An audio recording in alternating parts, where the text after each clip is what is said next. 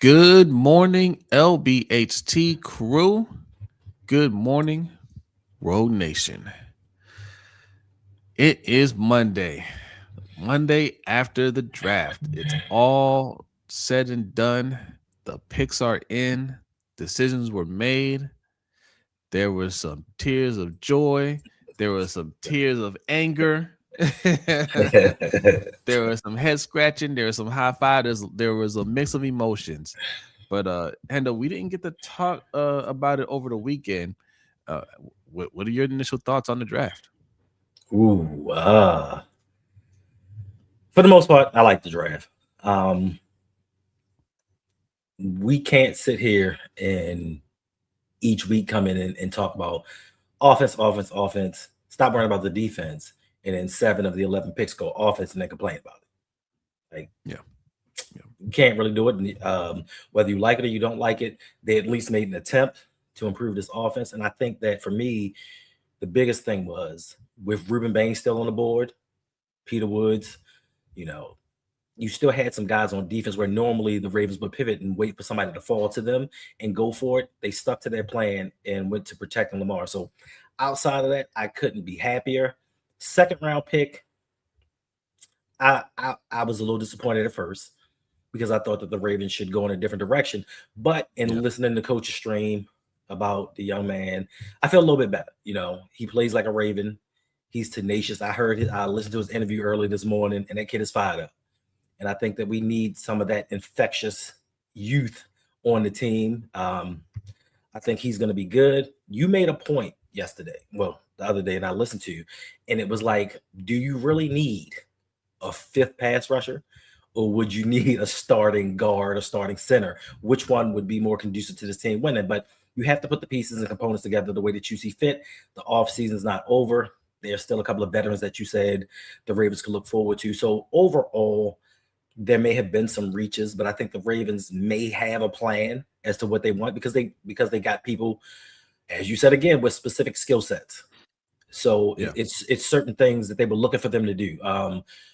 No longer are we getting the kind of cookie cutter type players that we've gotten in the past. And everybody is going to have a role on this team. They have specific roles depending upon their skills. So overall, I think it was a decent draft. And just the fact, like I said, that they were going for offense over defense, I like that more than in years past. Even if they don't pan out, at least we see a kind of changing of the guard with this new regime, that they're at least intent on bringing the pieces around Lamar Jackson to get this offense right, because we have the defensive coaches to turn around the defense with the pieces that we already have. We look at what Jesse Minter did in Los Angeles with the Chargers, with some no-name players, some low-drafted players, and he made some guys double-digit sackers. He made some guys into semi-stars. So with the collection of talent that we have, sky's the limit for the defense. It's just getting this offense right, finding people to come in. So hopefully they have a plan at center, but overall, it was a decent draft. Yeah, no, I agree. We got Ferris here. Give me 1 second, Ferris. I'm going to bring you up 1 second. Let me get some morning shout outs. Michael Aiken, salute to you. Good morning. Morning. Rainmaker in the house says good morning, everyone. We got Steelmatic G. Honda, what's going on? How do you feel about your draft? It was rough for you guys. You guys were trying to get Vega. We got Vega. You guys called players you shouldn't have been calling because you weren't on the clock yet. And there might be some disciplinary actions for that. That's what I heard. I think I can't remember who else you guys got in the draft, but I like Ian Archer for you guys. Solidify the O-line. The one thing I didn't like though is the home field advantage, because when they initially had the setup for the draft, the Ravens were up front. The Ravens fans were up front.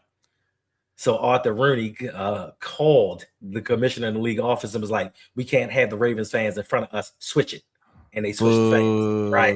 I didn't like that though. Boo. Corey Hunt, good morning. Say good morning on both channels. Salute. Appreciate it. TC, good morning. Salute, Jose and Hendo. Have a blessed day. I'm a little disappointed with the draft. I want EDC gone after the season. We'll see. What if they turn to be good? You know? Well, let me bring Ferris up. I got you, Ferris. There you go. What's going on, Ferris? What's up, Ferris? Doing good, gentlemen. How's everyone? Chilling. Good. We giving some morning shout outs. Let's see. There we go. Rainmaker checking it on both channels. Appreciate that. Keep an eye on Nick Dawkins, plays center next to Vega, and has a great athletic bloodline with his cousin Brian and dad Daryl. We'll see, man. We'll see. Chocolate Thunder. Point. Good morning. Good morning. No. Okay. MJ Money. Salute. Good morning. RJ Trap. Good morning. Good morning. They're too young for that. It is what it is. Salute. Biggie. RJ Trap saying good morning on both channels. Appreciate it. Dance Fan, good morning. Joey, salute. What's up, Joey? Dance Fan saying good morning on both channels. Appreciate that. Indeed. Let's see. Point saying good morning on both channels. Man, see, they get it. They get it. Harry Holland, salute. Dr. Kush, salute. Devin Janelle, konnichiwa. Good morning. We got Reese up in here. Good morning on both channels. Indeed. Appreciate that, Reese. And Unkind Ravens fans, salute. Salute. He says, yes, support the channels. I really appreciate that. Yep. He's saying salute on both channels. Yep. Crude Feed, good morning. Showcase, good morning. See Iron Addict, salute. What's up, brother? Pamela, salute. What's good? Imani, good morning. Good morning. Saying good morning on both channels. Appreciate that. Coach is here. What's up, What's going on, Coach? Hey, shout out to Coach, man. And thank you for setting up everything for this draft. You know, he streamed all 3 days. You know, I streamed with them. But thanks for getting everything together. Thanks for pulling the crew together. You know, appreciate all the work that you put into it. All the analysis, you know what I'm saying, all the breakdowns of all the players. Make sure you guys subscribe to Coach, because he can go into detail with these players and give you a little bit more insight with how they could possibly fit on this team. None of us really know for sure how they're going to fit yet, because it's a brand new offense. But he could kind of show you like the strengths and weaknesses for all these players. So make sure you subscribe, sit to Tally, and more sit to Tally. And shout out to him for letting people come up and speak. I was watching that. Who's our boy that come in here and just start all the stuff? World class. I got world class. Yes. Yeah. Shout out to everybody that came on there. And the one from Cali. Yeah. The one from Cali. He's up in Cali, really upset. Yeah. Who else we got in here? Audrey says, great day, everyone. I thought we had a great draft. Go Ravens. Okay. Morning. Let's see. We picked up Vegas center, his teammate that plays center. Yep. So we'll see if he sticks. I don't know. We'll see. He was undrafted, so I don't feel great, but we'll see. Freddie Flash, salute. So the second round pick was the only pick I don't like, not because of player, but position. We could have got the best center, but the Bears took him that same round after us. I agree. I feel the same way. I feel the same way. Love the player. I just didn't like the position right there. But Zion Young gonna be a baller for us. Yeah, and most people have him as a first round talent. So I think that was one of those value picks that we had. And then I think that, the center position, it kind of got away from us because nobody expected centers to go that early. And it was just a little run. Yeah, but that's always the story with us. That's why I said sometimes you gotta reach when you have a position of need. And listen, we talked about it at length, but when you missed on Linderbaum and you didn't have a backup plan, you didn't get anybody, you can't go into a draft and miss. You just can't. You know what I'm saying? I know we might have a third round grade on these guys, but you need that position more than anybody. And I said it before. If there are starting O linemen, I don't care what position it is. If there are players that are perceived to be plug and play, they don't last to the third round. Right? They just don't. There might be some guys that slip through the cracks there are guys like, hey, they're not ready yet, but they'll be ready by mid-season, or they can compete for the job. But if you see a guy that you think, hey, we draft him, he can be our starting center immediately. Right. They don't go in the third round. They don't. But also, some good news for everyone. Seattle, who won the Super Bowl last year, their center was undrafted. Yeah. I believe his name is Jalen Sundell. He was Gray Zabel's teammate at North Dakota State. They signed him as an undrafted. So there is some positive. Yeah, it can happen. There's it's a chance. It could work. It could work. But again, I feel like with offensive linemen, more often than not, it's scheme. Do they fit the scheme you want to run? And the question we ask, I think the question we must ask ourselves, I don't know why I keep saying us. I'm not a Ravens fan, but the question y'all need to ask yourselves is this: You're Ravens. What is Declan Doyle's offense? Yes. What is it? We don't know because one, he didn't call the plays in Chicago. That was Ben Johnson. So that was Ben Johnson's offense. So that doesn't automatically mean he's going to run Ben Johnson's scheme in Baltimore. He could probably take some things, but what does he do? What does he call? What does he like? Does he like the 12 personnel? Does he like the 13 personnel? Does he not like that? Does he want to do? No, I don't like that person. I want to do something else. I saw a tweet and they were talking about this, Eckhart Perkins scheme. I've never heard of that thing. I've never heard of it. So I'm like, they run the Eckhart Perkins scheme. I don't know what that is. We don't know. We have no idea. So this guy they signed as a center could be the perfect center for the scheme. Possible. Because with centers, name the centers, like name the offensive linemen, the offensive lines, the great offensive lines all the years. It's people that fit the scheme of the team. You look at the Niners scheme. What the hell is a Colt McKivitz? That's the right tackle. What the hell is a Colt McKivitz? What the hell is a Jake Brendel? Well, guess what? They're two offensive linemen who've made 2 Super Bowls because they fit the Shanahan scheme. Yes, they have the star in Trent Williams, but the other 4, you could put them in a lineup and be like, pick the offensive lineman. And you're like, I don't know which one is Dominic Pooney. I don't know. So it could work. It could work, guys. Yeah. I mean, look, we'll see. That's kind of how I feel about the wide receivers we drafted. Like, we'll see what the scheme is and what kind of plan they have for them. Floyd, good morning. Let's see, what's this? EA Athletic Training. Good morning. Good morning. Tori, salute. What else we got in here? Nidelmis? I'm butchering the name, but good morning. Bucko Beasy, God's favorite, follower of Christ. Salute. Kwame, salute. We got super chat from TC.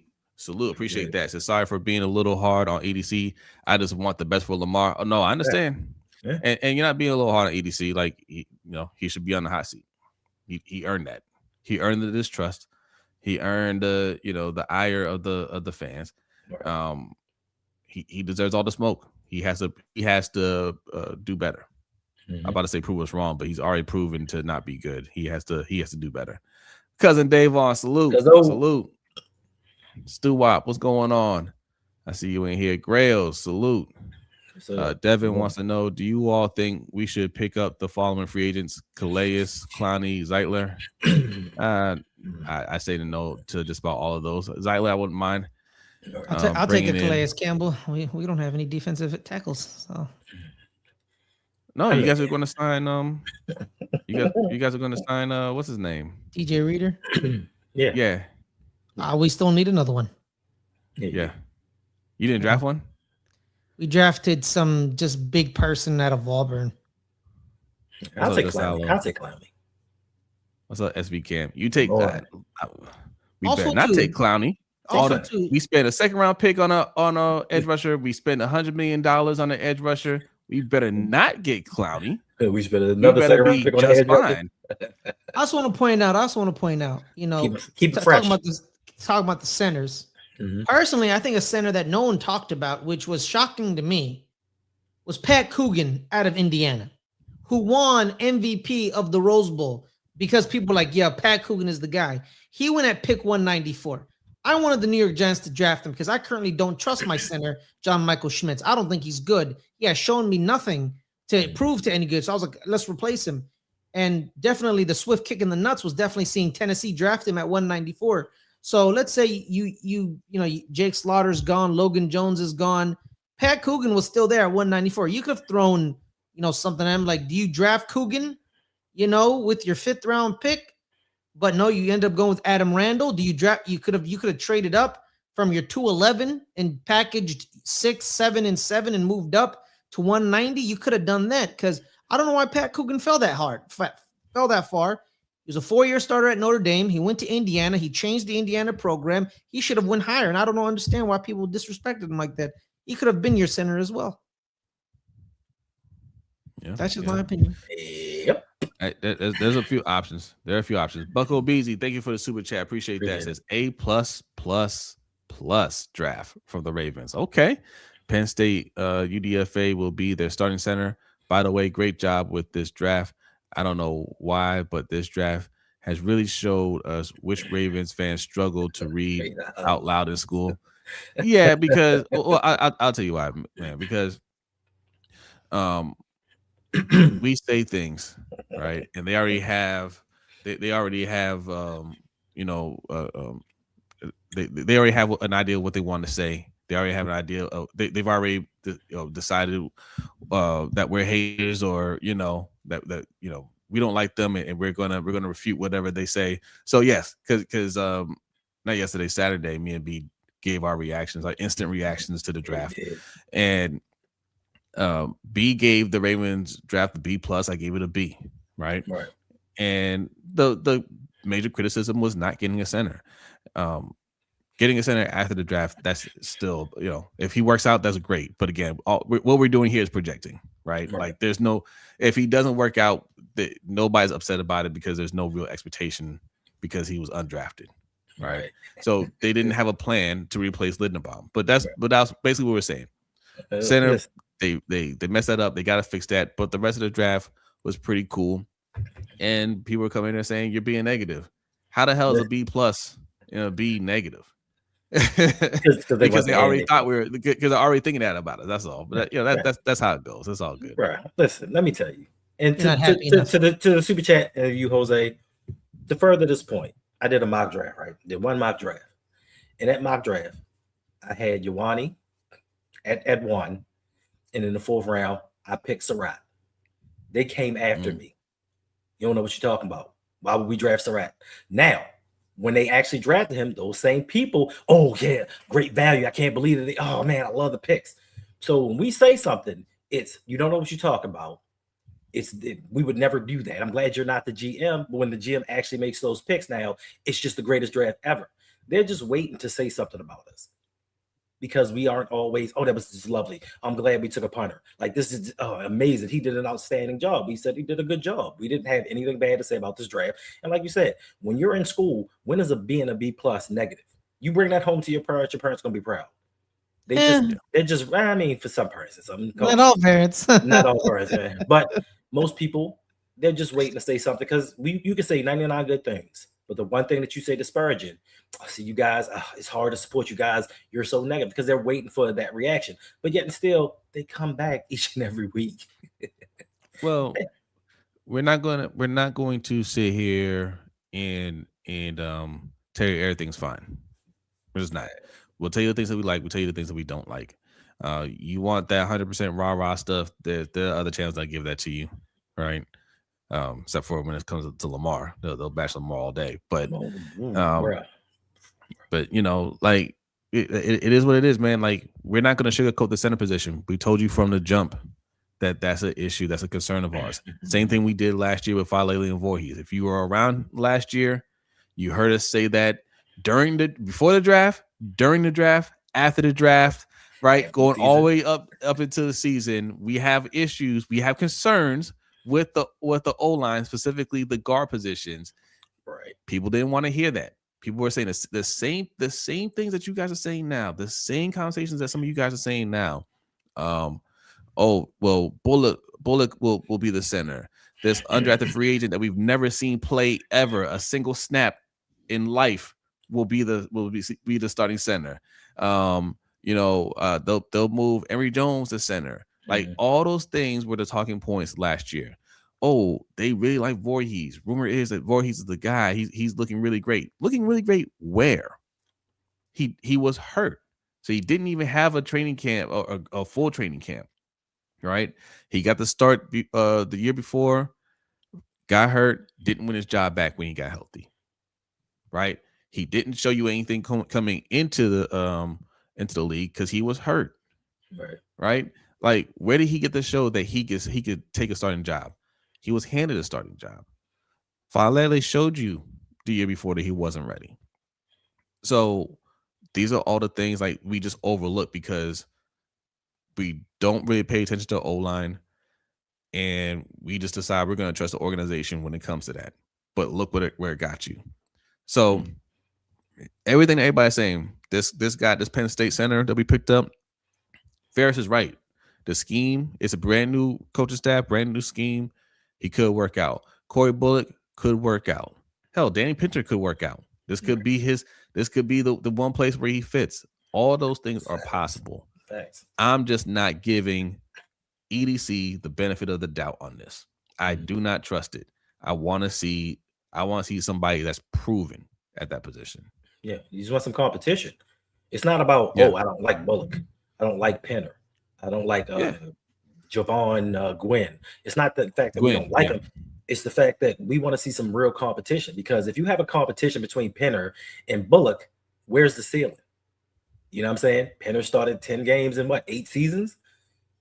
Bullock has never played center in his life. So now you're having a competition. You're having a battle of the mids, so to speak, because they never played the position. And now we have to take time for them to learn it. If you bring in somebody else, you draft a center in the 3rd round, so to speak, and Bullock beats him out, good. Now we had a legit competition of centers, not guys vying for a spot. And like you said with Voorhees, we said that year 2. We said Voorhees ain't that guy that y'all think that he is. And it was like, oh man, y'all don't know what y'all talking about. The team said this, team said that. No, well, we saw. And we saw that that dude can't stay healthy, which he didn't, and he wasn't that good. And people just beat us down. You don't know what you're saying. And it's like, yo, why is it that your opinion is right and our opinion is wrong? We all have opinions. We don't come up here and tell you y'all wrong. So why do y'all come in here and tell us, oh, you don't know what you're talking about? But yet still, year after year, the stuff that we tell you about are the same things that y'all complain about at the end of the season. And then we go into the next season with new hope over the same bullshit. And Dwayne, this is facts right here, Kwame. This is facts right here, Kwame. Everybody's entitled to their opinion. Draft isn't the only place to find a center. We all agree that it's not over yet. That's a fact. That's a fact. Now, it's looking bleak. It's looking bleak. Good offensive linemen, they're hard to get. They're extremely hard to get. By the way, that everyone entitled to their own opinion thing. That's bullshit. That's bullshit. No, it's not. Yeah, it is. Yeah, it is. Some people are just wrong. Some people are just wrong. Okay. Yeah, some people are wrong. They're entitled to their opinion. Right. Like if we're debating a fact, then yes, you could be wrong. But yes, everybody's entitled to their opinion, especially like something like this. It's an opinion. People think that the center position is going to be okay. That's an opinion. We think that that there's cause for concern. That's an opinion. They have to be right. We don't. We're just giving our opinion on things. We're pointing out things that we're concerned about. The EDC has to get it right. And listen, from EDC's own mouth, he has expressed some concern about this, right? He's just like, he said that he was trying to get center. He was just surprised that they went earlier than expected. So again, he gambled. That's what that tells me. He gambled, and he didn't read the board right. He didn't read the board right. And also he didn't want to trade up. He said there were guys in the 3rd round. He just didn't want to trade, give up what it would take to get those guys. You have 11 picks. Move up. That's move up. Okay, he really liked the wide receivers and the tight ends that he got, and he didn't want to miss out on some of those guys. I'm sorry, man. Do what you got to do. Those aren't the players that you have to say, oh man, we can't miss out on Surratt. We can't miss out on what was the other guy's name? Jacoby Lane. We have to stay and put pad and get them. Get somebody else. All right. Get your center. If you think that's the center that can come in here and be your starter for the next 4 to 5 years, then you have to get them. Yeah, because especially if you got 193 people on your draft board. And here's the thing, right? Oh, sorry, my bad, Hendo. I apologize. Yeah. No, you had 3 5th round picks. You had 2 4th round picks, right? And I'm seeing the way the board fell, right? So you had 2 2nd round centers go off the board. You probably, that's a little too early. I guess I don't got Logan Jones and Jake Slaughter. It happens. It happens. Yeah. But you couldn't trade up in the 3rd or the 4th round for Connor Liu or Trey Zune the 3rd, like, you know what I mean? Or Sam Heck in the 5th. You couldn't have traded up. So you're saying after the 2 centers in the second rounds, you thought yourself, after those 2, no other center's worth a damn. And shout out to the Panthers for saying, hey, the Panthers killed the draft. Yeah, because he said, because you pointed out, Jose, he said, you and Hendo pointed, we were looking at center, but the centers we wanted went earlier than we expected. So who are you referring to? Are you referring to the 2 2nd round centers? So that's fine. You still had centers going the 3rd and 4th rounds and the 5th rounds respectively. So you could have traded up to get one of the 3 we named. So after those 2 2nd round centers went off the board, he's telling us after those 2 centers went off the board, it's a drop off, and none of the other centers we liked. We didn't think they were good enough. So after those 2 centers in the 2nd round went off the board, we were like, nope, center's done. They all stink after those 2. No. That's what basically what he said. That's basically what he said. Yeah. After Jake Slaughter, they were like, they all stink. Ashley, good morning. I see you in here. Deanna, good morning. World class salute. He says, I blame Hendo. What's up, bro? There's nothing to blame. They had a good draft. They had a good overall draft. JR, good morning. Says some people are just wrong. Okay. I say, so let me ask y'all this. This is where it's not so clear, in terms of like our opinions on these guys, right? Elijah Surratt, Jacoby Lane. How do you guys feel about those guys? Those weren't the wide receivers I wanted, but I love the fact that they went back-to-back wide receivers. Right. I love Elijah Surratt personally. Thanks. Watching him at Indiana. Indiana didn't have a lot of, I guess, none of them wowed me with their speed. None of their receivers wowed me with their speed, but a lot of their receivers wowed me with their route running. And especially Elijah Surratt, when he was going up against, alleged first round talents at Oregon. It was the Oregon game. They were on the road at Oregon, so they're at Austin Stadium, the crowd, he routed up the corners. He routed them up. And he like Mendoza would throw back shoulder and Surratt would be literally, he would be right here. Corner would be right there on the back shoulder fade. He separated smoothly. Wasn't very fast, but his separation and his route running made the complete difference. Right. I didn't watch a lot of USC because I hate Lincoln Riley personally. I think he's overrated. So I don't really watch him. So I missed Jacoby Lane and Malachi Lemon. I apologize. But Surratt, man, he routed up some of them folks, man. He got open. And then in the national title game, he abused that freshman kid. I feel sorry for that kid. He was still learning, but he routed that kid up, because, a couple of the Oregon DBs got suspended or either injured for the first half, and he routed that kid up. I'm a big fan of the guy. Big fan. Oh, yeah. When it comes to Surratt, bruh. And you say first he's not fast. Was Cooper Kupp fast? No. It's funny you say that, Hendo, because I was just thinking that. Cooper Kupp will route you. He will route you up and get wide open. And then he had 15 touchdowns last season. And I think he missed 3 games. Led the nation. He missed 3 games. And led the nation. So that tells you the kind of talent that he has. We don't need him to be that burner. We have a burner. And then when it comes to Jacoby Lane, I know a lot of people sour on him, and they keep saying Miles Boykin 2.0. But if he could become something, just anything. This is something that we haven't had in Lamar Jackson era. We haven't had a 6'4" receiver that can win 50-50 balls in the red zone. So I know people aren't high on him. They thought that we maybe could get him in the later rounds, but he's who we got. And hopefully, luckily we don't have Bobby Ingram as a wide receivers coach anymore. We got somebody that can teach them how to run routes, how to get separation. They could be something that we've never had. With Zay taking it underneath, going deep, like they could do some things. Because like you said, all of this is speculation. Because the only problem we have is we haven't seen Declan Doyle's offense yet. So we're all just scrambling like, oh, what is he going to run? How's he going to use these guys? And Zay said it himself. Everybody has a specific job, and he's expecting them to do that job. We don't know what Jacoby Lane's job is going to be. So I like the picks. I like the fact that they went 3 straight pass catchers, not just the wide receivers. They went and got a tight end. Like the fact that they went offense and they're trying to get Lamar some weapons, to me shows that they're actually buying all in, saying, you know what, we do need to do better by Lamar. And hopefully Lamar sees this and listen, that 41 touchdown year, we're gonna look at that and be like, that's nothing. Lamar's about to do some things this year. Bonus for Elijah Surratt, Baltimore kid, St. Francis Academy product. St. Francis. Yep. So Buzzle Beasley, appreciate the super chat. Thank you. Says for the center battle, is pretty much you start or you don't make the team.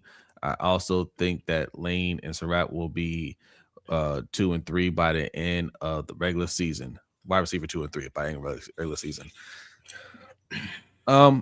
They could be that center thing, man. You could be right. I don't like that. I don't like a center that's either starting or is not good enough to be on the team. Mm-hmm. That's unacceptable. So you're not going to carry 2 centers? Oh yeah, we're going to carry 2 centers. Yeah, I'm sure we will, or we'll have somebody that can play center at least, right? Go ahead. I was going to say, and screw Cincinnati. They took 2 centers. Yeah, they did. They knew what they were doing. They knew what they were doing. Screw yeah. I think so. All right, listen. Wasn't a fan of either pick at the time, but now I'm starting to put my purple shades on a little bit. Right. I was listening to a few people. First, like Chris Just Joking loves I would say loves, but he likes Elijah Surratt. He likes Elijah Surratt. Reading some scouting reports on him. I was looking at Matt Harmon's reception perception, and he discussed wide receivers in general, like that can't get separation, because that's the knock on both of these guys. They can't get separation. He said that doesn't necessarily mean they're going to be a bad wide receiver. They could be great, and he puts his list out. I mean, he charts wide receivers in everything. Right. So he's pulled up his database and he pulled a list of people that weren't good at getting separation. It's funny because Tez Walker was on there. We love Tez Walker. He could get separation in college, but he's a burner, right? Mm-hmm. But Cooper Kupp stood out to me, right? He mentioned Cooper Kupp, and he's just like, it's all about position. It's all about scheme. You put him in a slot. He's great at beating the zone, things like that. And I was like, oh, that's Elijah Surratt. Mm-hmm. And you mentioned how Cooper Kupp's slow 40 time. Cooper Kupp ran a 4.6. Elijah Surratt ran a 4.5. Yep. So he's a little bit more athletic. I think we have a Cooper Kupp type player, and he's a competitor, right. And Jacoby Lane. Here's the thing about Jacoby Lane. I think they both have their specific roles. I think Jacoby Lane might be a red zone specialist, a red zone target type of guy. Right. Because you look at the catches he makes, he makes some tough contested catches. There's some things he's got to work on. But I think they might have him hyper focus on that. He might excel at that. So I am feeling a lot better about those picks. And again, like you said, they got 3 pass catches in a row. The tight end, everybody seems to like that tight end as well. So also young talent and you must ask yourself, right? Do you trust Lamar to get him the ball where they can catch it? Yes. Yeah. Exactly. There it is. Yeah. If he can put it where they catch it and only they can catch it, catch the ball. And they can catch. There's no issues about the hands. Marine Gamer TV, appreciate that. Says a lot of these fans want an echo chamber. I'm thankful for your channels like y'all that don't just tell you everything is okay. Oh yeah, I appreciate that. I appreciate that. Yes. Yeah. And again, the goal isn't to be here to be all negative and say we hate the Ravens, and that's not what we do. But we're going to point out the things that we like we're talking about right now, and the things that we don't like the center position. And the thing is that gets me is I don't like arguing about things that are clearly we're right about. I don't like arguing about those things. We're right about the center position. It's a concern. We're not saying that we're not going to have a good center, but it is concerning. We don't know who the center is. You felt the depth chart. We don't know who to put at center. They don't know who to put at center. They even said it.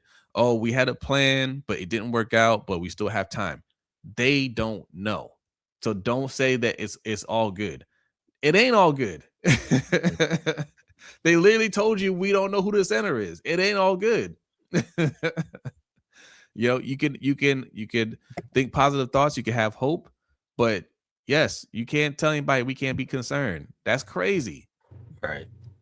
Blair, appreciate the super chat. Says thoughts on Diego Pavia's mini camp invite. He'll be there. He'll be there for a week or two, and then he'll get cut. I don't care. Bucko Beasy. Yeah. Sure. That's just a little cursey thing. Bucko Beasy, appreciate the super chat. Says love the SMU and Bama tight ends. By the way, yeah, both of the go check out Coach's channel, Sip to Tally. He broke down Cuevas at the very least. I think he did the other one. I can't remember. Coach puts out.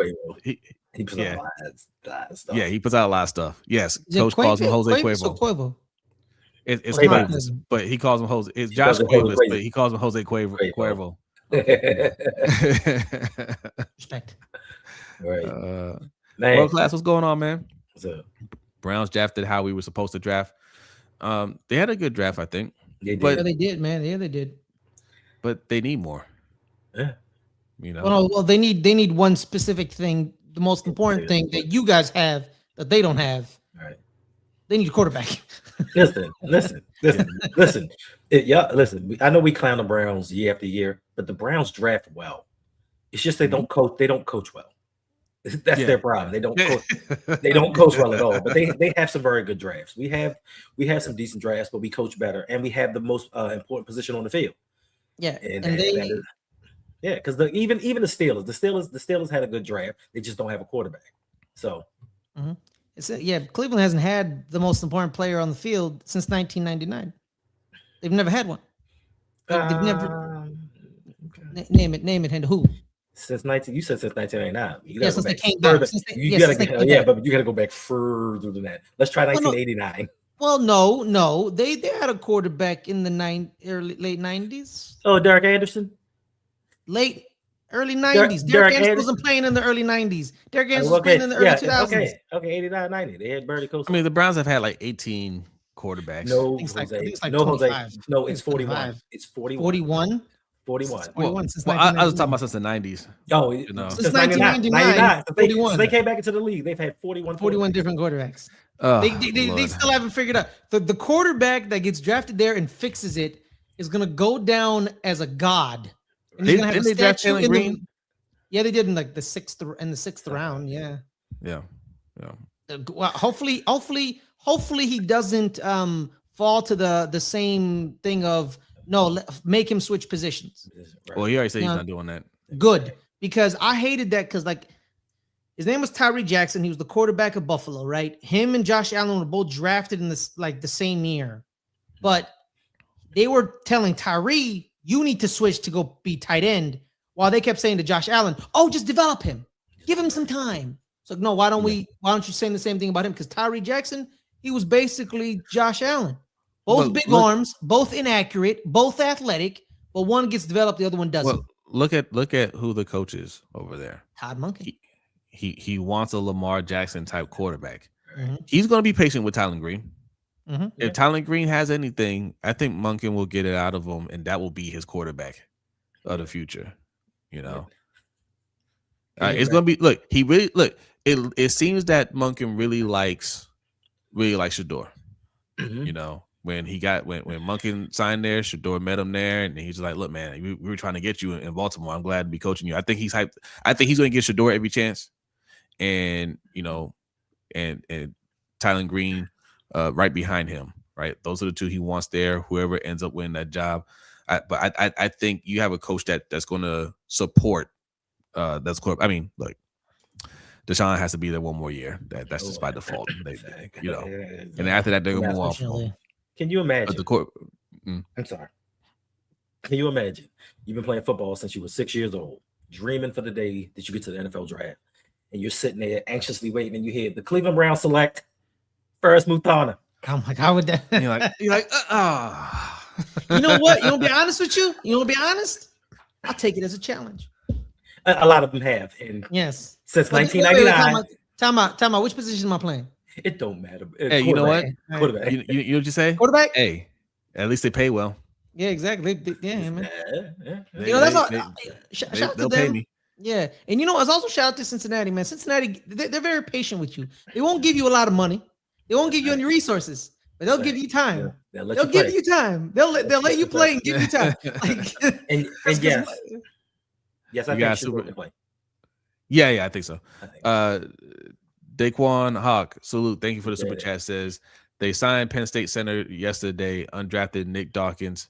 That might be the guy if to compete with Pinter. Yes, I mean, look, I hope so. I hope that is one of those cases, like Ferris is saying, that we got somebody that's a UDFA, but he's already got that chemistry with Vega, play together with Vega. He has the tools to go out there and start, and he surprises everybody, and he holds it down. That is my hope, right?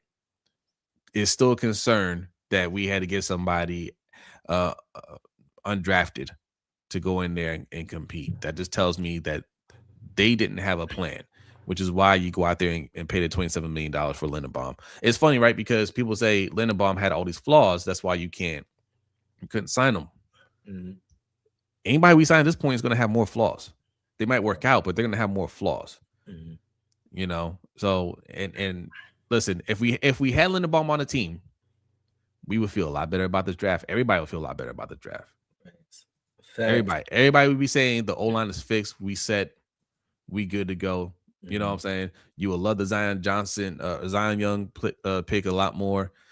I love that pick, man. We'd be good. I love that pick, man. You know, I love the player. I wanted them to go center there, you know, or another guard, but he's a baller. Zion Young is going to work out here. That's what we've been missing for a long time. Thanks. Right? Marcus Peters. So, yeah, coach was showing that the video where he was getting all hyped up at the coin toss. Yep. Yeah, against Auburn. Yeah. I love that. And then he went out and beat him by himself. But there's another clip when after he got drafted by the Ravens and they're doing the Zoom interviews, and he was telling the report, he's like, man, y'all ain't hyped enough, man. Like, you need to it's like it's boring. It's boring. Yeah. He's like, y'all don't seem excited, man. I'm hyped up, man. Y'all need to get hyped up. And I'm like, see, like, he brings the energy. That's what they need in that locker room. That's what was missing in that locker room. He's gonna bring it. Hey man, there's two reactions that I need from players from certain positions when they get drafted, right? Defensive linemen, they're excited and ready to kill somebody. Mm-hmm. And offensive linemen that say, I'm gonna die for my quarterback. If I don't get one of those two from those two positions, I don't want to draft you. I don't want you. Okay, get away from me. All right, stay away. Yeah, I love that Vegas said nobody's touching my quarterback. I love that. Nobody. Yeah. Francis Muagal said, I'm gonna die for you, Jackson. Yeah, I was like, we're gonna talk about the Giants in a second. I like what the Giants did, man. Right. I did too, to a point. Top one, Chris, appreciate the super chat. Says, do y'all think something's gonna happen to Bate since they took 2 wide receivers back to back? I think so. Possibly. I think so.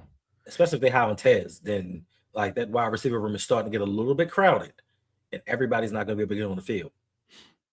I think it's put up or shut up for Rashad Bateman, right? We making a lot of excuses for him, and this is not, he's not one of the coaching staff. Listen, this is a new regime. This is how it goes, right?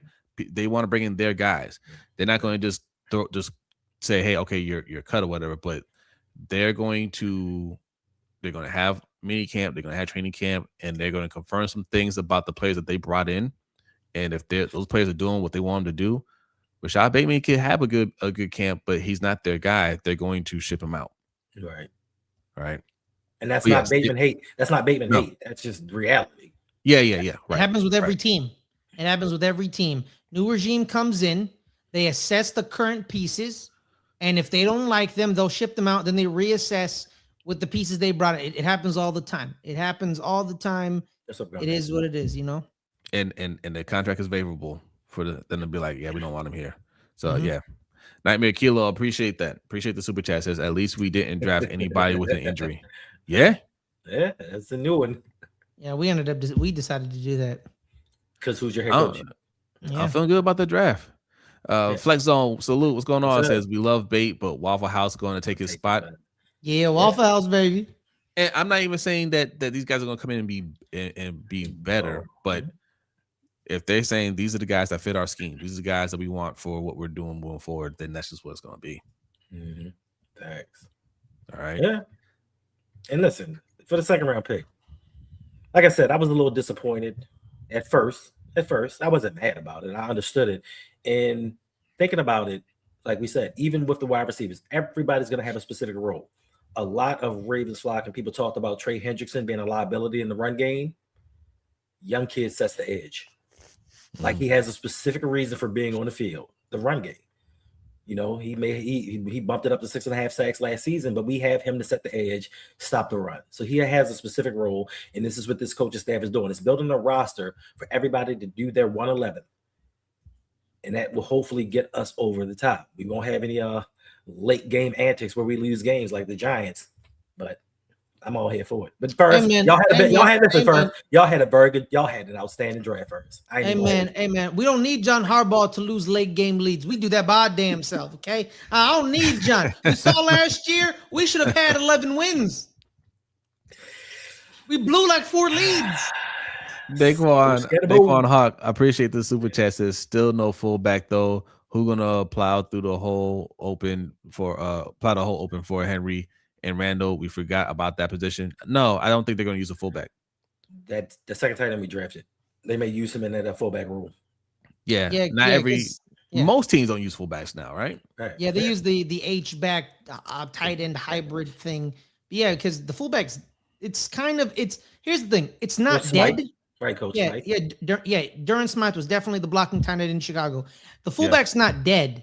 It's just redefined. It's your 4th tight end that you motion and you motion, then you motion in, and then you do it. It's what Joe Gibbs did back in the day to stop Lawrence Taylor.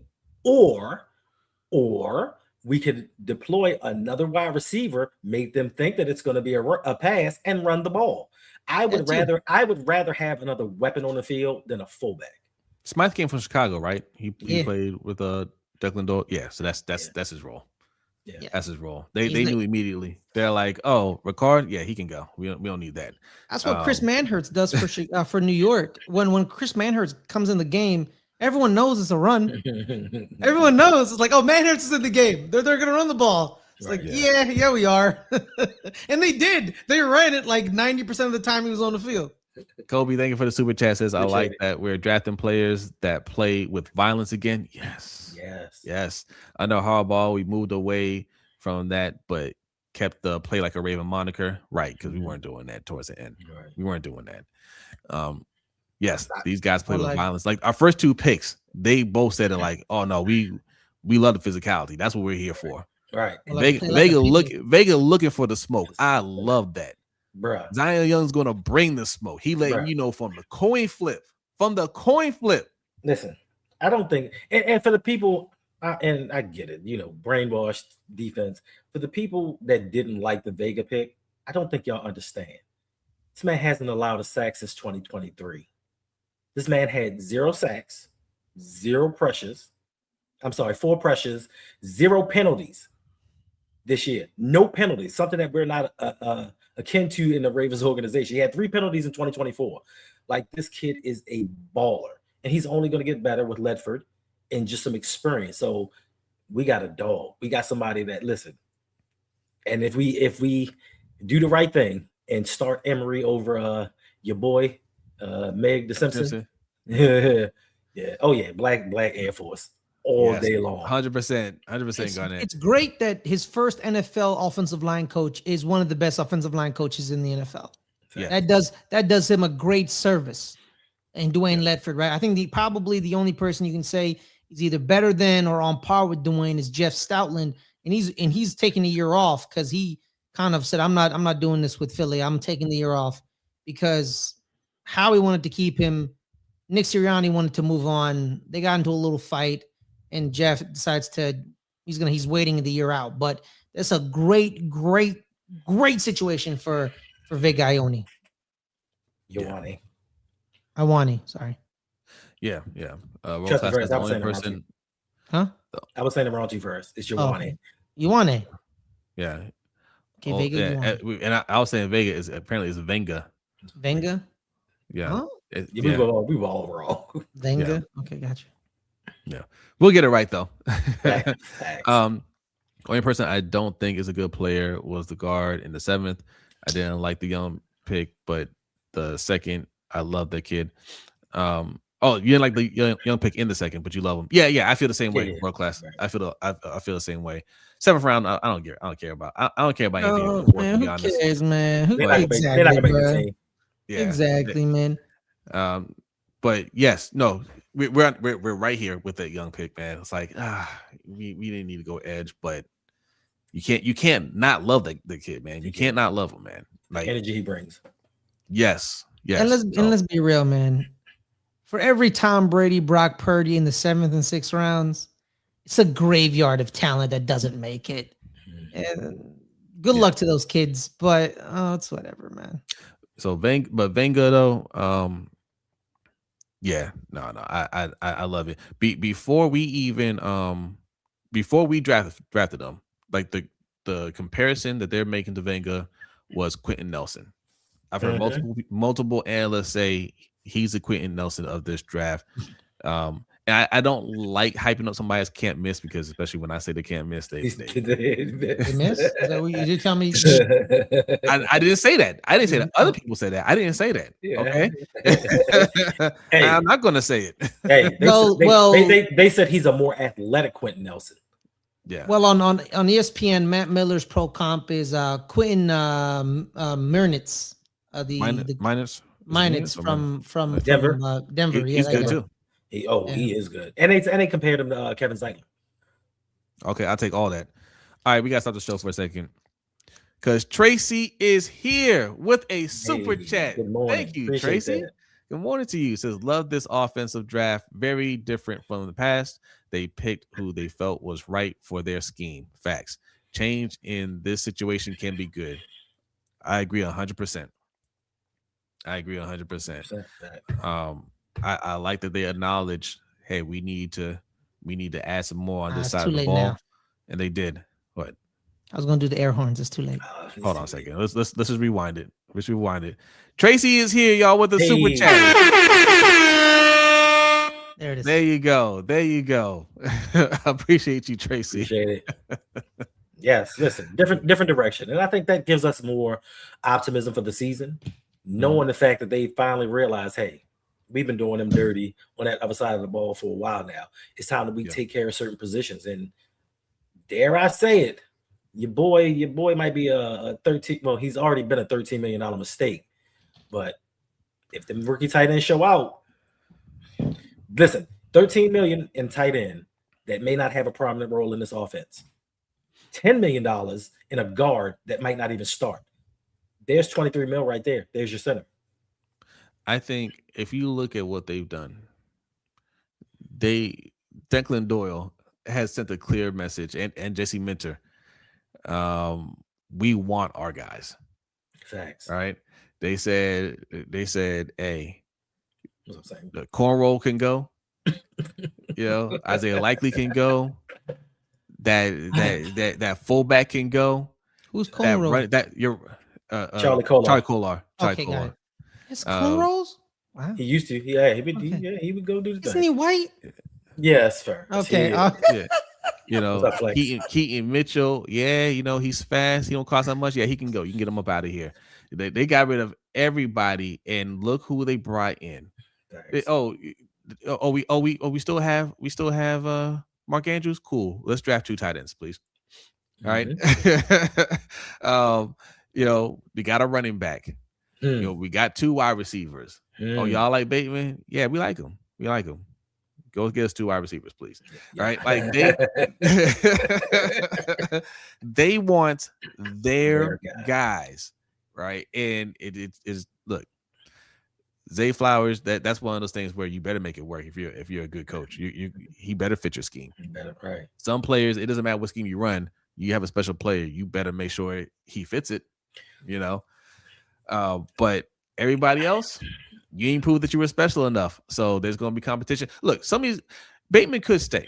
They could just keep more wide receivers. It's possible. Mm-hmm. He could stay. Tez Walker, we like the potential of Tez Walker, but we'll see. I think Bateman, his job might be in danger here in Baltimore.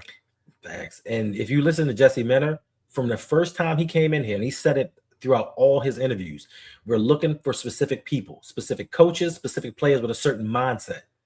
So he's bringing in those guys with that mindset. And sometimes, the kiss of death might be when a new coach comes in and they immediately talk about somebody, because one of the first things he did was he talked about Rashad Bateman. We want him here. And sometimes that's the kiss of death, where it's like, yeah, we want him here, but does he fit what we want to do? And they often ship him. Rashad can be whatever he wants to be to me. Like, if he wants to turn it around, get 9 touchdowns again, it's all in his attitude. I think his confidence level needs to be built up, because it may take some time for Lane to develop. So we still need that experience at wide receiver. So he may not go anywhere. Like, it's hard to say, but I think that it's a good start for what we're trying to build. We may not win a Super Bowl in year 1, but year 2, watch out, because when Jesse and those guys get more of their players to this organization, then we're going to really see what this team could do. But we might win it this year. Also, too, with the tight end position, and in college, it's a projection game. Because in college, they don't really use tight ends like we see in the NFL. A lot of them are misused or underutilized due to the roster size. If you have like 4 to 5 receivers that are probably NFL guys, you got to project. Because I remember George Kittle, he had 200 yards receiving his senior year, right? He was drafted in the 5th round. And I can make the argument that he's been the best center in the NFL since his sophomore year in the NFL as a pure tight end, like blocking, receiving, the whole shebang. I think George Kittle was the best tight end in the game. So it's projection. So you see the stats, you see the way they were used. You see, like, oh, they don't really have them as good stats. Are they going to transition? With tight ends, you don't know.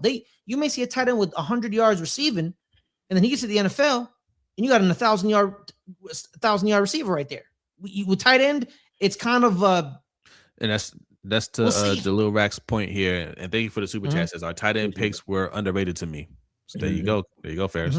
Yeah, you don't know what tight end with. It's literally the only position that you literally don't know, man. You just don't know. You don't know. Yeah. We have ideas of people that we like, but that's definitely scheme dependent. I won't say dependent, but like who you get for your scheme matters. Right. Exactly. Kobe, let me read this real quick. Thank you for the super chat. Kobe says, where that Linderbaum money being spent though? Oh, I can tell you where it's being spent.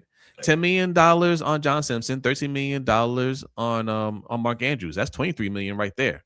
You can make up the other $4 million wherever. $112 million with the objective to make it that it could be 120 for Trey Hendrickson. The money's easy to find. That's why I laugh when people are like, oh, you can't pay that for a center. We spent it on junk food. Yeah, I saw about that, man. We keep spending money on fast food, saying it's a good deal. It's a good deal, but but then after you eat it, there's nothing left to eat in the house. Where'd it go? That's where it went. I saw an earlier comment that said, "Oh, if we pay Tyler Linderbaum $27 million, we may not pick up the option for Zay Flowers, and we're gonna pay Zay Flowers $30 million." Yeah, why not? You have $400 million on your defensive side of the football. $500 million. I apologize, Hendo. I was giving you a benefit of the doubt, but apparently you're stupider than I thought. So y'all spent $500 million on one side of the ball, but giving 2 players $30 million on the offensive side is too much. But hold up first. But that's where this is wrong, because Linderbaum's 5th-year option would have been for this year, and the money for Zay would have been next year. Yeah. So those two don't even correlate with each other. So and if you sign him to a long-term deal, you can structure that contract any way you want, still give Zay his money. Now, I like the Trey Hendrickson signing, but $100 million for a 30-something-year-old pass rusher, I hope he comes in here and does Trey Hendrickson type things. But once again, when it comes defensively, we always have that money to spend for guys that we want. Apparently, By the way, I'm sorry, I didn't mean to cut you off. Yeah. They talk about the flaws on Tyler Linderbaum, why he couldn't get paid that right. Because he was smaller, whatnot. Trey Henderson don't play the run. Right. Can't stop the run. 112 million, no problem. No problem. Right. And more importantly, it's not even about the fact that they didn't sign him to 27 million. It's the fact that Jose says this every day. They didn't have a plan for him if he left. That's the issue. It's not the issue we didn't sign him. It's the fact they didn't have a contingency plan that, okay, if we can't get this deal done, where's our viable backup? Now, Corey Bullock, Pinter could come in and do amazing things, but we're tired of projection. We're tired of saying maybe we got to wait and see. We want somebody that we know is going to at least be solid. We don't know. We hope Bullock can be solid. We hope he can take that job and gel with this offensive line. We just don't know. And we just wanted them to bring in somebody that we would feel a little more at ease at saying, all right, there's a competition going on. And if things go wrong, this guy can start and hold things down so they can correct that issue. Yeah. Yep.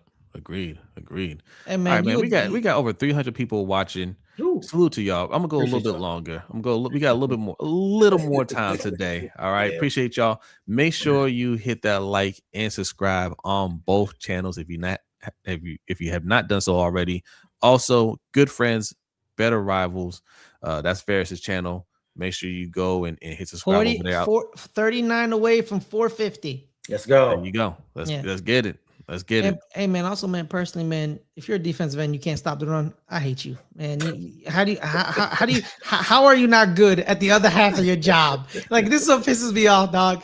Defensive ends have two parts to their jobs: rushing the passer and setting the edge and stopping the run. If you can't do half of your job good, you deserve half a contract, because ain't no way, bro.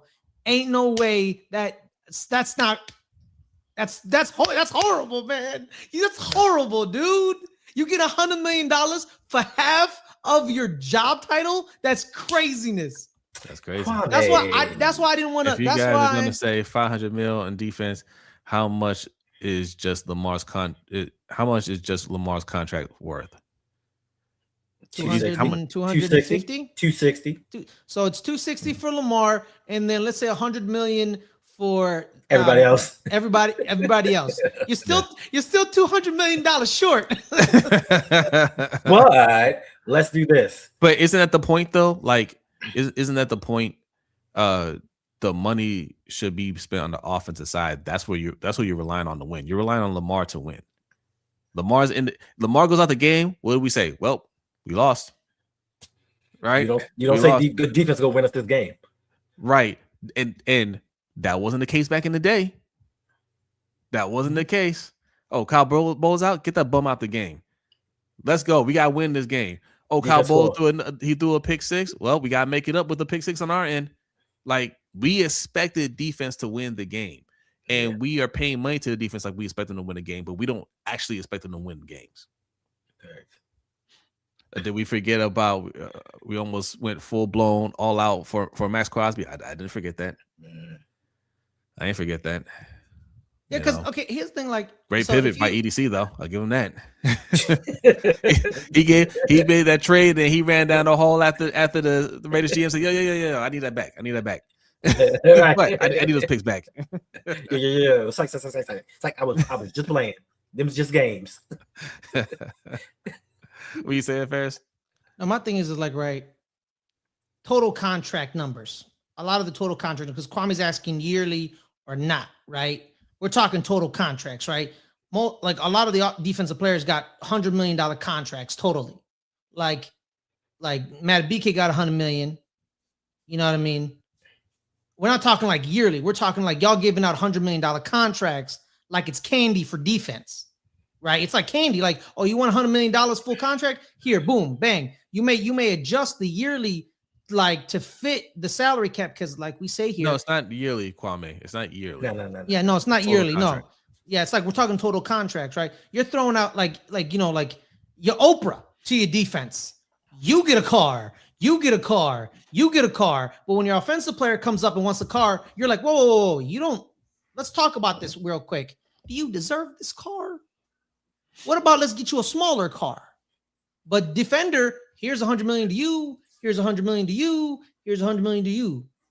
You know what I mean? Facts. All right. Kobe, thank you for the super chat. Appreciate that. Says there was a reason Cincinnati dragged their feet for 2 years. Yeah, signing Trey Henderson. Yeah. Long-term deal. You can't stop the run. Said I want my picks back and give me David Putney because I feel like it. Yeah. You didn't see draft day? Garnett says if our draft class was a spades hand, now how many books do you think we pulled? 4. And a possible. Yeah. I was an impossible.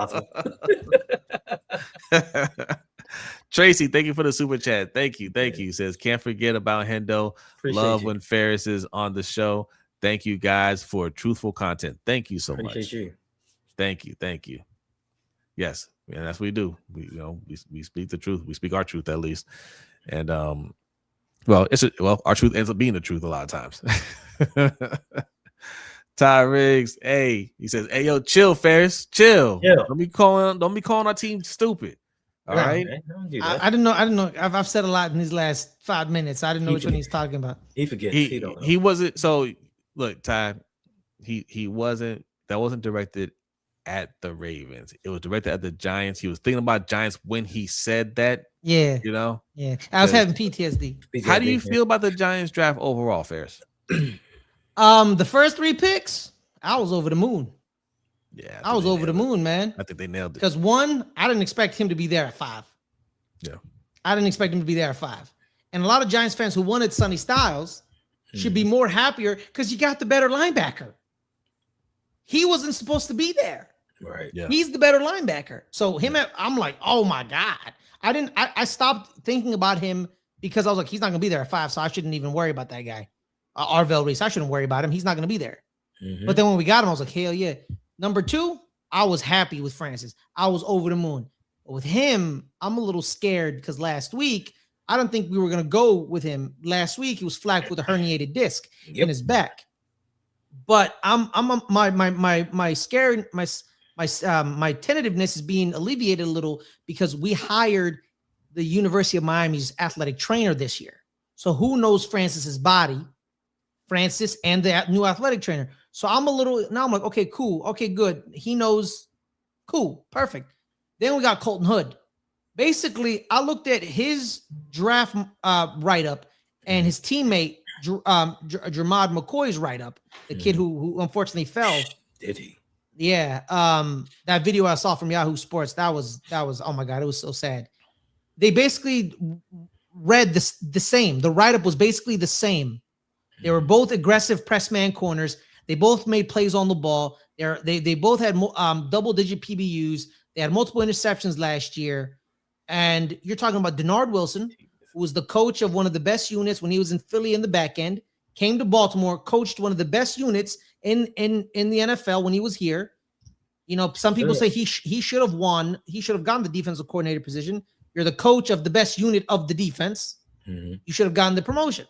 So he won. That was a Denard Wilson pick. Yeah. He wanted that guy, and we got him. And we've been waiting for a cornerback 2 or a cornerback 1 for the last 10 years since Dominic Rodgers-Cromartie left. I've been waiting because everyone we've had post Dominic Rodgers has made me cry my eyes out. And then it got a little suspect with me because Malachi Fields, he was drafted. We traded up because we heard Miami wanted him at 75. Barry Jackson, who covers the Dolphins in Miami, said they were waiting for him to fall at 75. They were going to get him. So we had to hop Miami for him. So then they ended up pivoting to Caleb Douglas from Texas Tech. They ran the ball a lot in Notre Dame. His numbers weren't very good. They're very pedestrian because they ran the ball. He ran a 4.6, but we keep saying, speed nowadays for wide receivers may be misleading. Mm-hmm. We'll see. I wanted Pat Coogan in the 6th round. I wanted him. We end up going offensive tackle from Illinois, and then we also go the athletic linebacker out of BYU. Well, I watched his cut up of him in Texas Tech, and he looked a little I didn't like it. You know when you watch tape and you're watching a player and you're like, I don't know why. I just don't like this tape. I didn't like it. His angles were bad. He didn't look, dominant in the middle. I just didn't like it. But he could be a special teamer. It's a 6th round. It is what it is. They drafted some big dude from Auburn. He's a big guy. Put him in the middle and, be big. And I guess some people think because J.C. Jackson went to Illinois, he'll be like David Deal. We'll see. We'll see. But I wanted Pat Coogan because I don't like the center we have currently. He has shown nothing for me to believe because I don't believe. So fair. What do you think about your overall draft? I didn't ask you to give a breakdown to every single round. I'm going to give it a B. Okay. I'm going to give it a B. All right. Yeah, you know what? B plus. Yeah. Because of the first 3 picks, B plus. Yeah. I want to scratch that. I was just looking at Kwame says fact check for 2026. Don't do this, Kwame.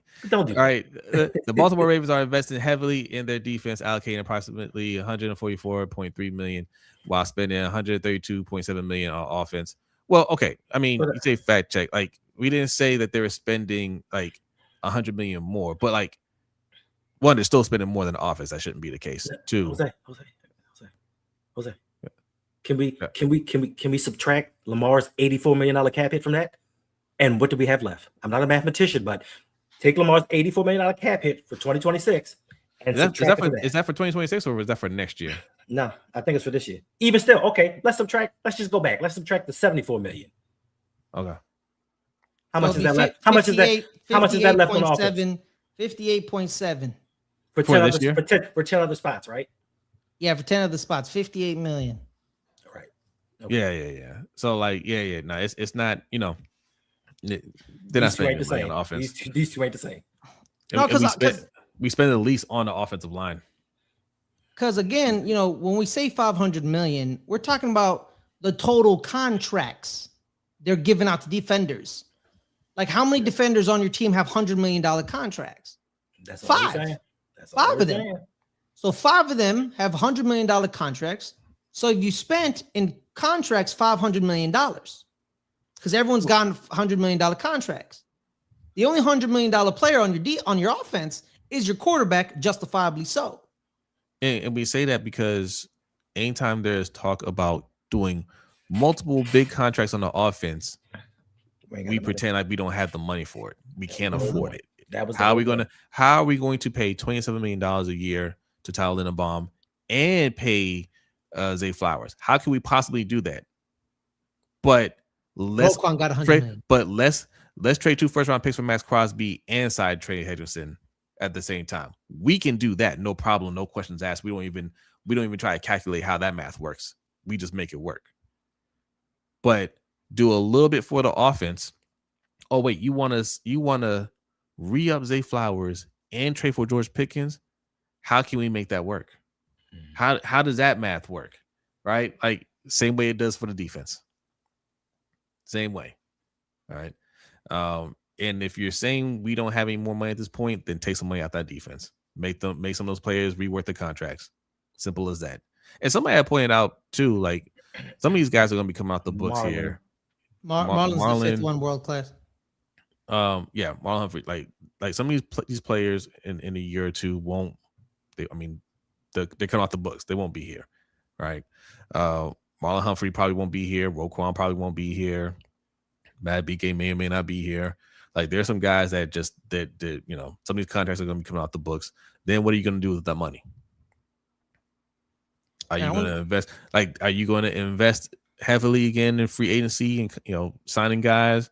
Is that who you're going to look at in the draft? I can see them doing that later on because they're making an investment now in some of these players early in the draft. If they work out, I can see them in the next draft or the draft afterwards going heavy on defense.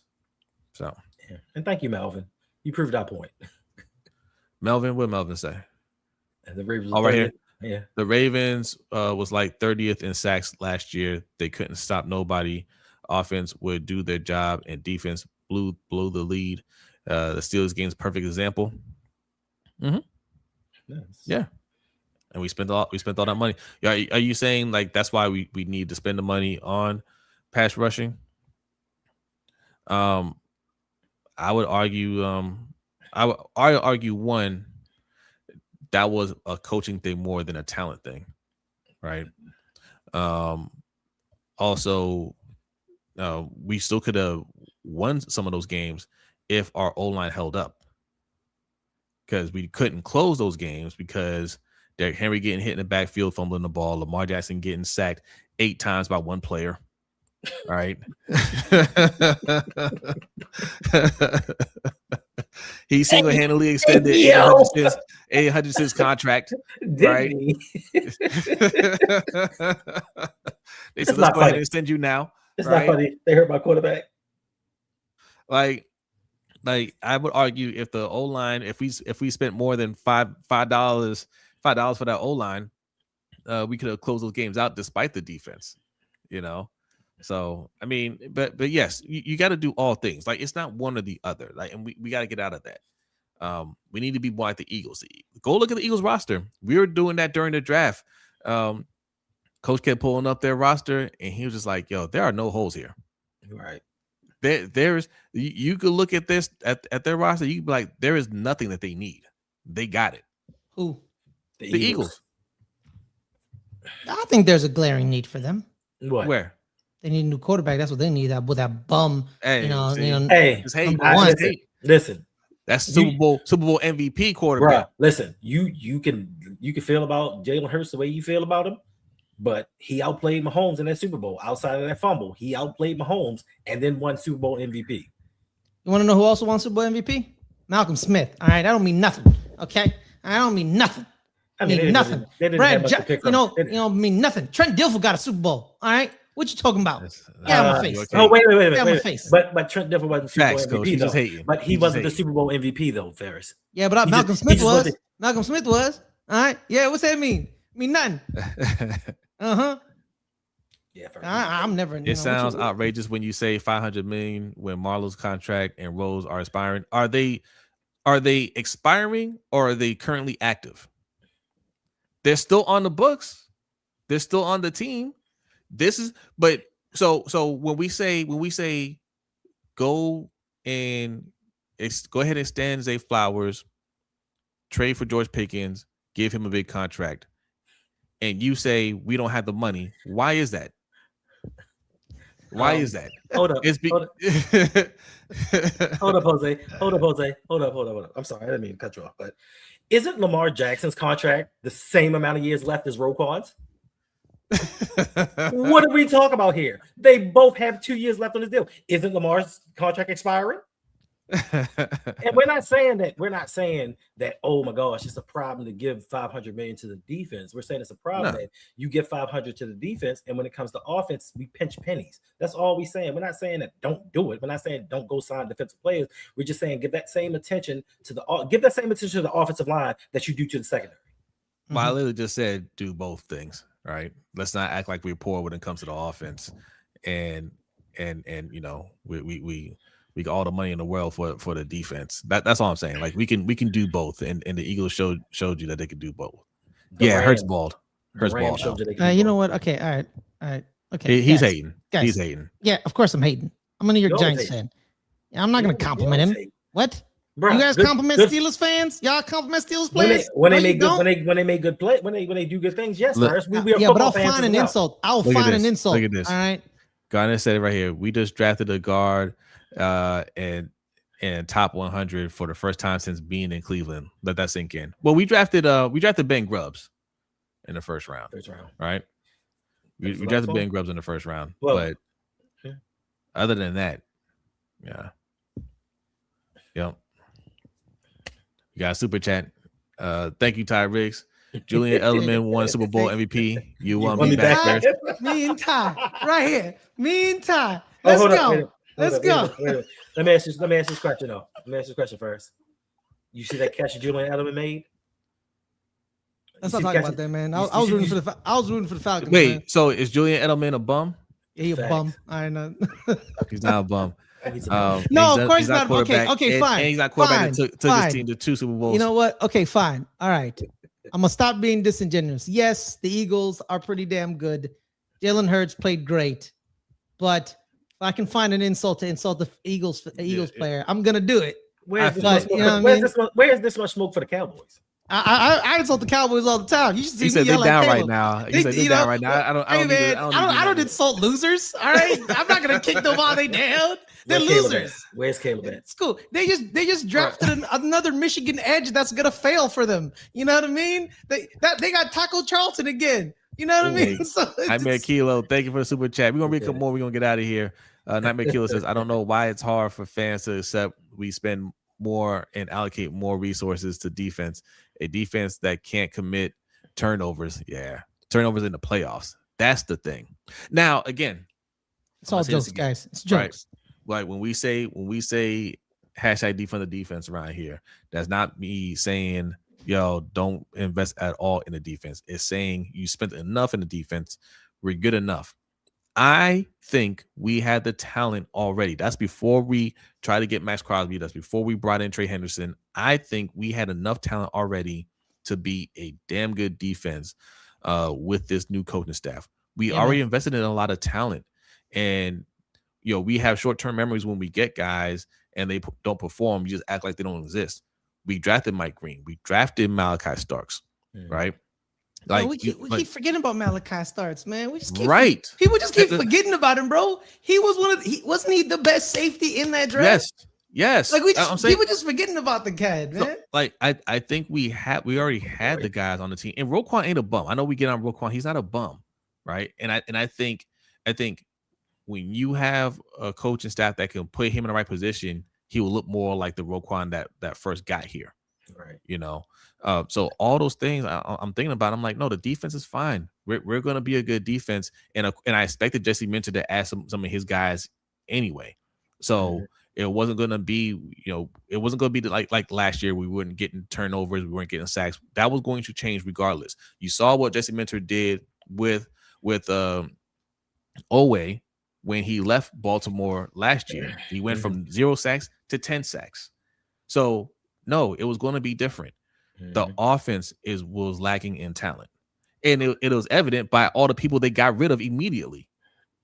Right? The only reason Mark Andrews is here is because they already signed him. That's the only reason he's still here. If they hadn't given that ridiculous contract mid-season, he would be gone too. They would have drafted 3 tight ends.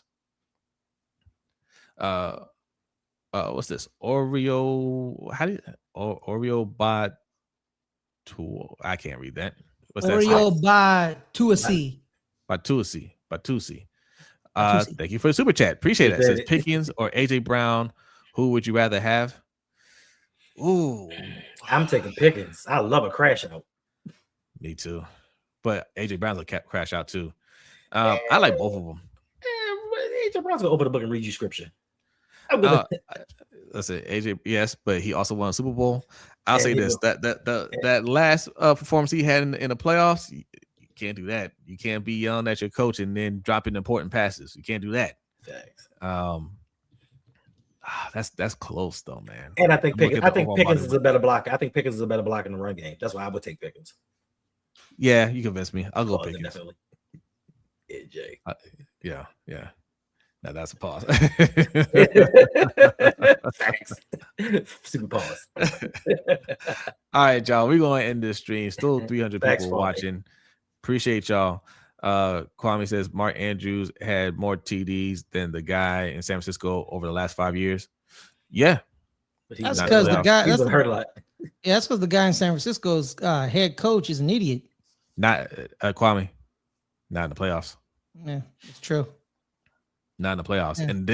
And that's what I'm looking at this point. I'm looking at who can get it done in the postseason, who can we rely on in the postseason, and it ain't Mark Andrews. It's never been Mark Andrews. And I like Mark Andrews a lot. I'm over it. I'm over it. Amen. I don't want any more excuses at this point in his career why he can't get a single touchdown. You can't get me one touchdown, bro, in any game? None? Okay. Can you just not turn the ball over? No? Can't do that either? All right. Good talk. Also, too, hey man, yeah, I don't know if there's any Cleveland Cavaliers fans here. Probably not, because you guys are actually good people. One of their centers, Jared Allen, said when they lost to the New York Knicks, he said the lights are a little too bright for us. That's probably why we lost. Maybe the lights are a little too bright for Mark Andrews in the playoffs. Wait a minute. Make us in the playoffs. First of all, call me. What are we going to do without 39.5 yards per playoff game? How are we going to make up them 39 yards? How? Somebody tell me where we're going to get them from. No, we can't sit them. Oh my God. Yeah. For the record, we're very positive people. We just like to we're loving people. We're not like actual haters. We're just joking. But this is it right here. Ashley says it. I love Mark. He just can't get right. I hope he does. Yes, we all like Mark. He's a likable person, man. Yeah, he seems like a nice guy. Right. He's very nice guy. He just can't catch a touchdown when we need one. Or you need one. I'm saying we. It's been long enough. It's been long enough, and we can't say he's going to do it this year. He should not be back here. Let's just be real about it. He's never gotten it done. We can't keep saying he's going to get it done. It just hasn't happened. We can't give him that benefit of the doubt anymore. Let's see. Hollywood Brown has more playoff touchdowns than him. Hayden Hurst has more playoff touchdowns than him. Who's the kid? Hayden Hurst? Who's the kid from Isaiah Likely? Isaiah Likely. The kid from Kansas City. He plays for the Rams now. Justin Watson? No. He was the 1 year versus Cincinnati. I don't know. Played for Kansas City. He's now with the Rams. Watkins? No, is it? No, it's not Watson. I'll think about. It's Watson. Justin Watson. No. We didn't like him when he was here, but he was a Raven who played in Kansas City. He played in Kansas City first, came to us. Now he's in LA, but he has more touchdowns than Mark Andrews, and I think he only played for us for one season. I don't remember. It was the game against Cincinnati. He routed that. I ain't gonna lie. He routed that dude up. I think it was Eli Apple. We went through so many wide receivers. No. Yeah. All right, let me read the super chat while Ferris looks it up. Ty says Mark Robinson. DeMarcus Robinson. Robinson. Yeah. Marcus Robinson. I was thinking tight ends. That's why. No. He came with Sammy Watkins, didn't he? Yeah. He has more touchdowns than I think he came after Sammy. You guys got Sammy, then you guys got him. Tyree says Mark Andrews was a hard sabotage move. Yeah, it was. Yeah. Thank you for the super chat. Appreciate that. Appreciate it.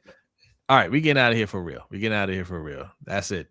We'll be back here tomorrow.